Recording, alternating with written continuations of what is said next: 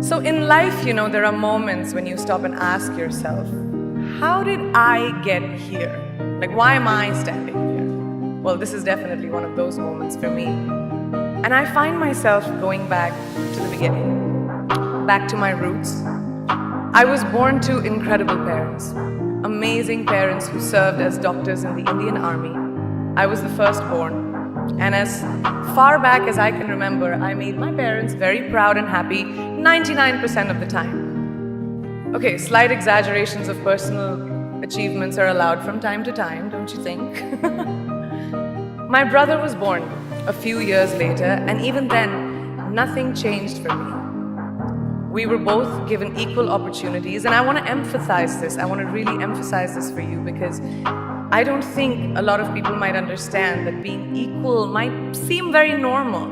But where I come from, India, and a lot of developing countries around the world, more often than not, this is an exception.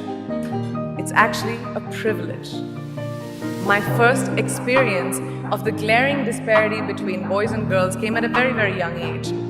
I grew up in a middle-class family with extremely philanthropic parents who constantly reminded me and my brother how lucky we were and how giving back to those who were less fortunate was not a choice. It was a way of life. Simple. I was 7 or 8 years old when my parents started taking me on these visits in a traveling clinic to developing communities around and villages around the city that we lived in called Bareilly.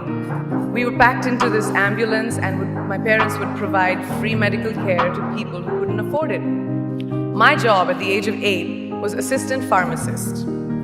So I would count all the medicines, put them in an envelope and give it out to patients, and I really took my job very seriously. Very seriously. But the more I went on these expeditions, the more I began to notice the simplest things that distinguished a boy from a girl or a man from a woman. For example, girls were pulled out of school when they hit puberty because they were considered ready for marriage and babies. That's 12 and 13, while boys still enjoyed their childhood. Or basic human rights such as healthcare were denied just because they were women. Let's call this whole experience trigger number 1 for me. Fast forward a few years and many, many triggers in between. Like a producer-director, for example, early on in my career, I must have been about 18 or 19, telling me that if I didn't agree to the ridiculous terms or painfully low salary in his movie, that he would just replace me. Because girls are replaceable in the entertainment business. That was a memorable one. Made me decide to make myself irreplaceable. But I think what really moved the needle for me and ultimately led me to create the Periyanka Chopra Foundation for Health and Education and around the same time partner with UNICEF was an encounter with my housekeeper's daughter. About 12 years ago, I came home from set early one day and she was sitting in my library reading a book. And she must have been 8 or 9 years old and I knew she loved reading. So I asked her, I was like, it's a weekday, why aren't you in school? And she said, oh, I don't go to school anymore. So I went and asked her mother and I said, why isn't she in school? And her mom said that her family couldn't afford to send her and her brothers to school, so they chose the boys. The reason? She would eventually get married and it would be a waste of money. I was completely blown and it shook me to my core. Eventually, I decided to cover the cost of her education so that she could continue to learn because education is a basic human right.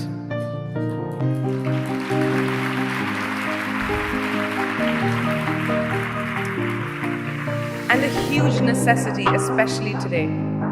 From that point on, I was determined to make a difference in as many children's lives as I could, in whatever big or small way that I could contribute. There's a really, really beautiful quote that I read recently, and I think it's absolutely appropriate to explain what I'm trying to say today.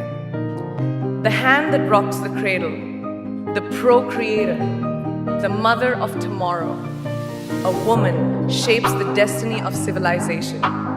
Such is the tragic irony of fate that a beautiful creation such as a girl child is today one of the gravest concerns facing humanity. Girls have the power to change the world.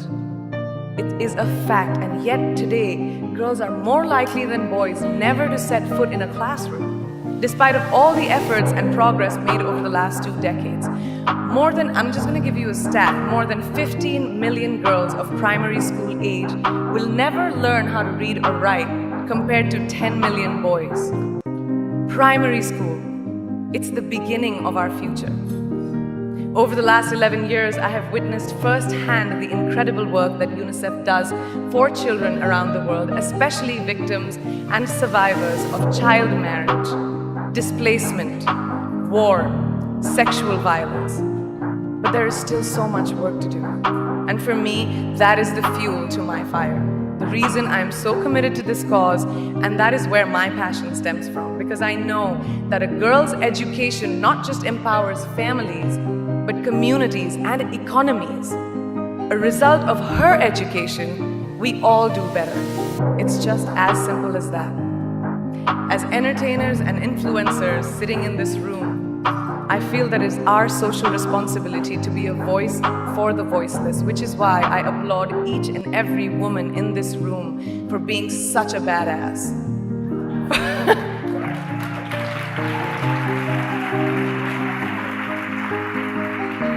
For using your platform and your voice to contribute to change, and for ensuring that there is not even one lost generation as long as we are alive.